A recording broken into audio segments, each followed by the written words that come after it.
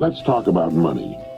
Men and women have been concerned about money since the first coin was fashioned in Asia Minor about 700 BC. You might say that money's like good health, in that we're concerned about it to the extent that we don't have it.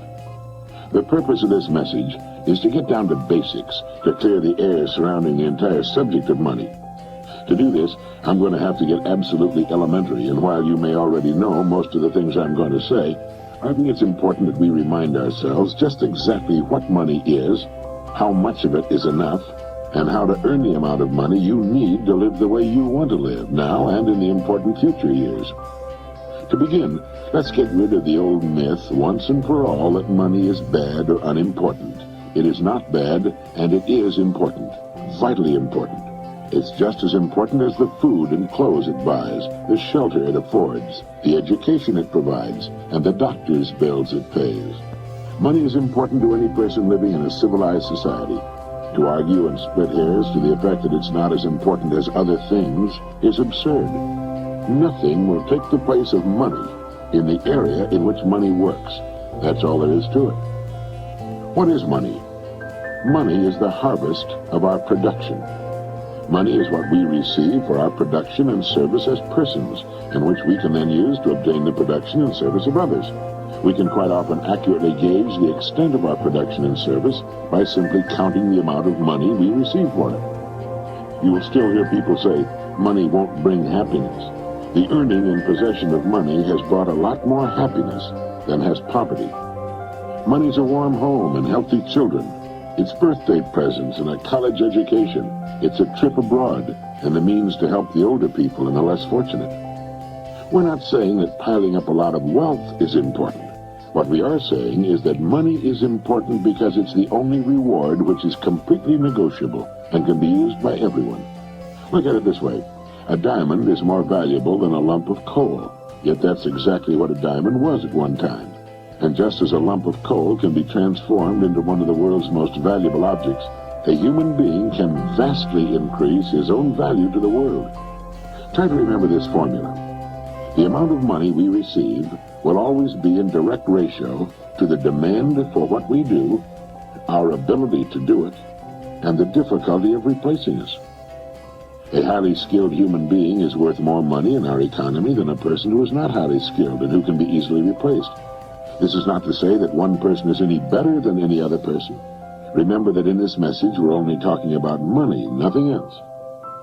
This is why there are few limitations on a person within his company and industry.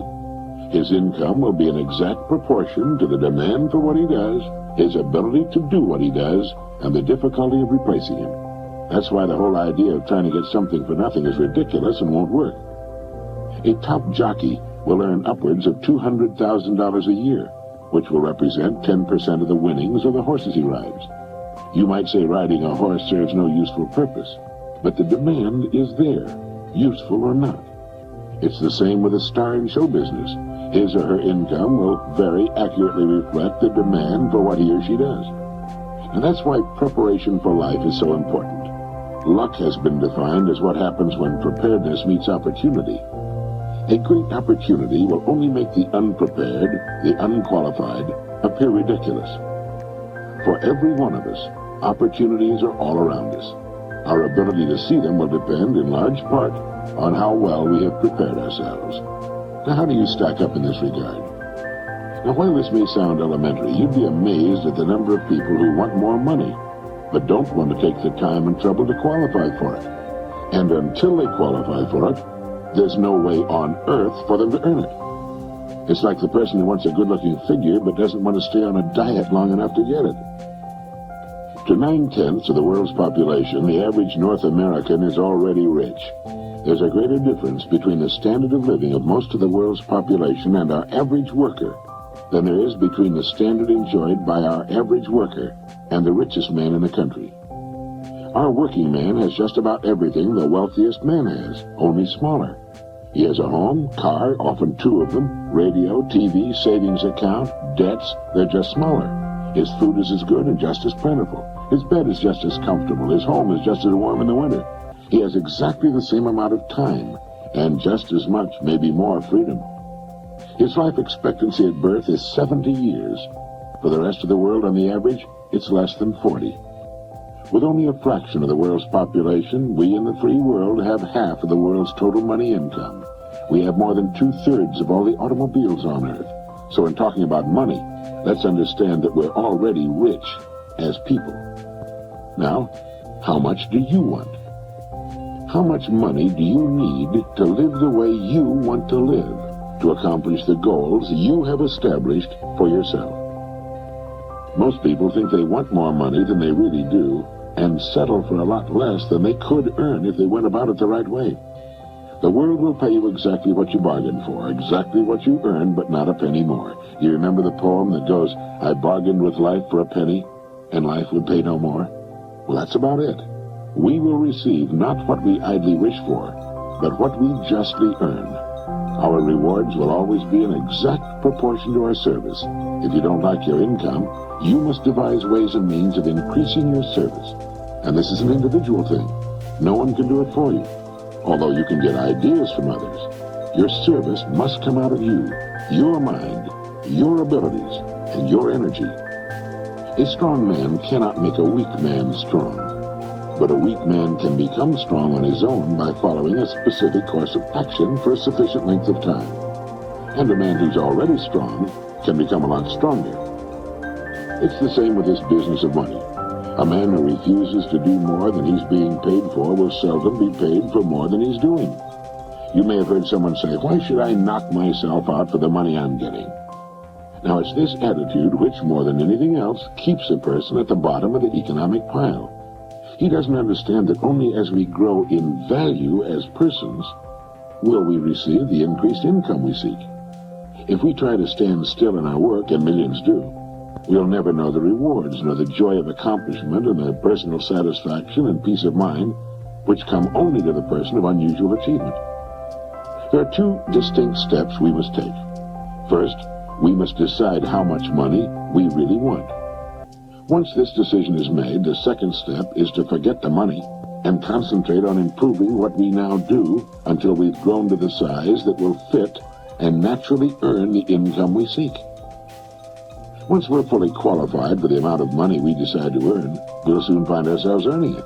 And we'll also discover that with our new powers and abilities, it's no more difficult, perhaps even less difficult, than what we're now doing for the money we're now earning. Now ask yourself, how much money am I perfectly willing to earn?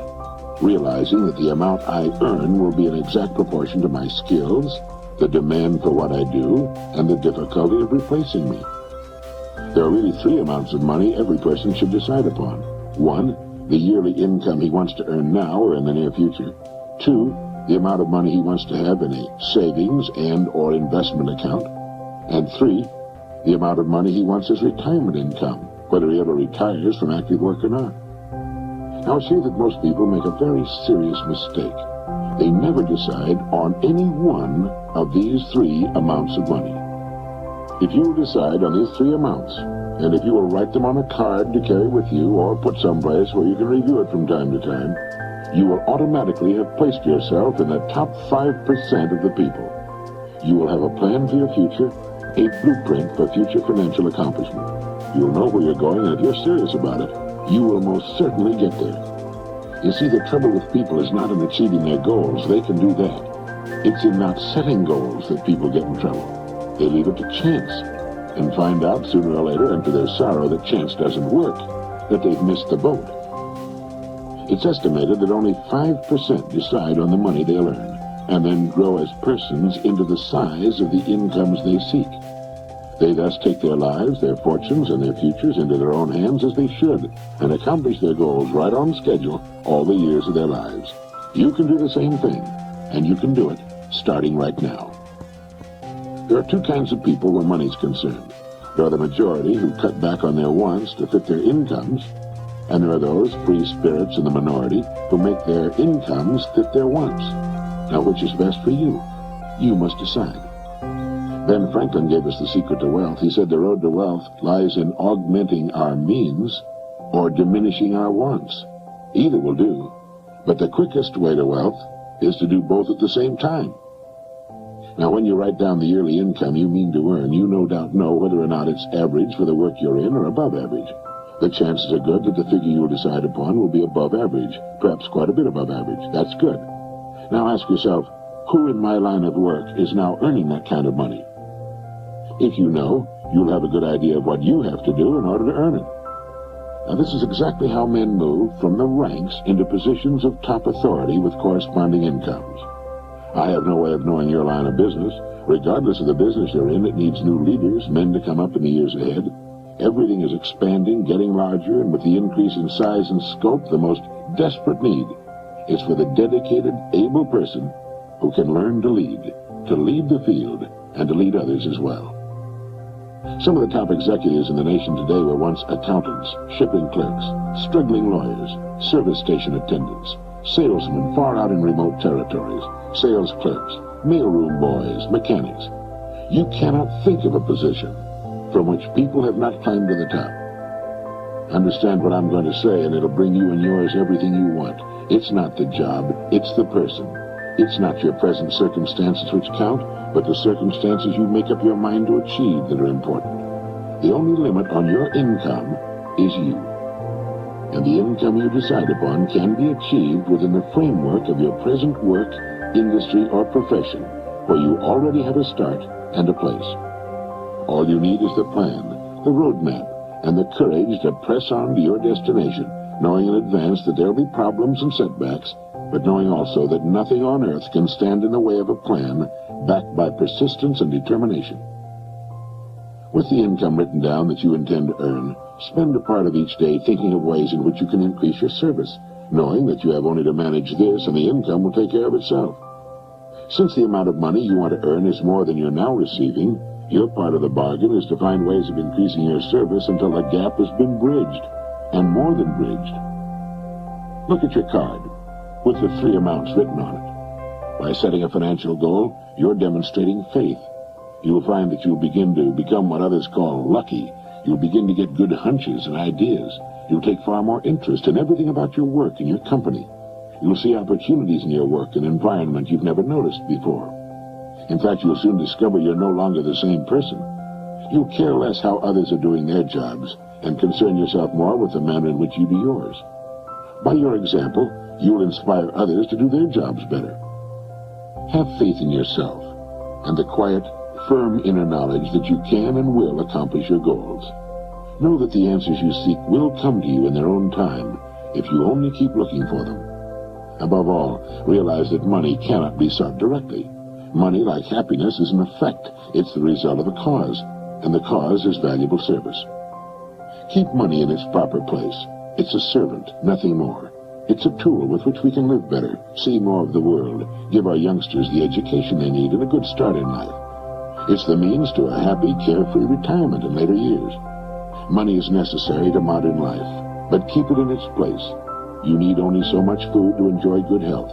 You need only so much money to live comfortably, securely, and well.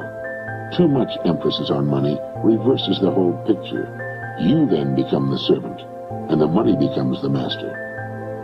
As Horace Latimer put it, it's good to have money and the things money can buy, but it's good, too, to check up once in a while and make sure that you haven't lost the things that money can't buy. Every person should know happiness in his work and home, and prosperity. These things can and should be yours.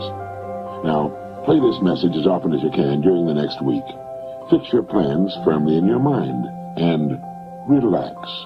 Keep cool and calm. Be as serene as you possibly can be. You have nothing to worry about. Right now, you may have no idea at all how the additional income you seek is going to come to you, nor how you're going to save the amount you want in a savings account, or how you can possibly arrange for the retirement income you've decided upon. That isn't important. Remember that the only really important thing is that you know what you want. If you do, you will become, you must become what you think about. Be realistic about your financial goals, for as you reach them, you can then set higher goals. Trying to jump too far too soon can often result in confusion, tenseness, and worry. Take your growth in sensible, logical steps, remembering that the big thing is that you know what you want, and that you realize your rewards will match your service. That is, that you must devise ways and means of actually becoming the person who is worth the amount of money you have established for yourself. A person may be worth more than he's getting for a while, but the two will match up. They have to. In fact, unless a person is worth more than he's now receiving, he cannot move ahead. He's receiving all he's worth. It all gets back to the great law that controls everything in the universe, cause and effect. The cause must precede the effect, or the effect cannot occur. This is why people who try to get something for nothing are only fooling themselves and earning the disillusionment and frustration they must one day reap. You can have what you want. You need only make up your mind.